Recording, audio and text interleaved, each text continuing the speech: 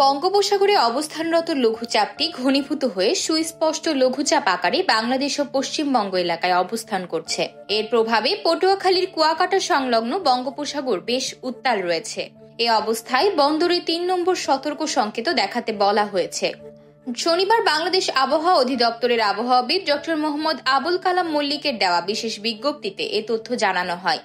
বিজ্ঞপ্তিতে বলা হয়, চট্টগ্রাম, কক্সবাজার, মোংলা ও পায়রা সমুদ্র বন্দর সমূহকে ৩ নম্বর স্থানীয় সতর্ক সংকেত দেখিয়ে যেতে বলা হয়েছে।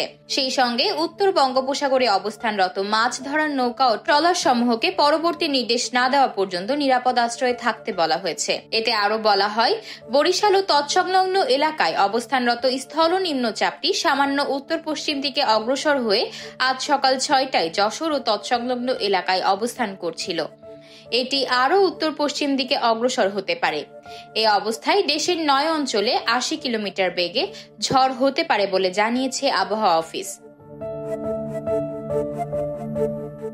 সেই সাথে আরো ৬ অঞ্চলে ৬০ কিলোমিটার বেগে ঝড় হতে পারে বলেও জানিয়েছে সংস্থাটি। পূর্বাভাসে বলা হয়, শনিবার সকাল ৯টার মধ্যে যশোর, কুষ্টিয়া, খুলনা, বরিশাল, পটুয়াখালী, নোয়াখালী, কুমিল্লা, চট্টগ্রাম এবং কক্সবাজারের উপর দিয়ে দক্ষিণ বা দক্ষিণ পূর্ব দিক থেকে ঘন্টায় ৬০ থেকে ৮০ কিলোমিটার বেগে অস্থায়ীভাবে দমকা বা ঝড়ো হাওয়া সহ বৃষ্টি অথবা বজ্রসহ বৃষ্টি হতে পারে।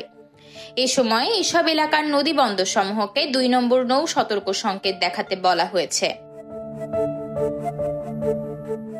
আতকিয়া মাইমুনা, বার্তা 24।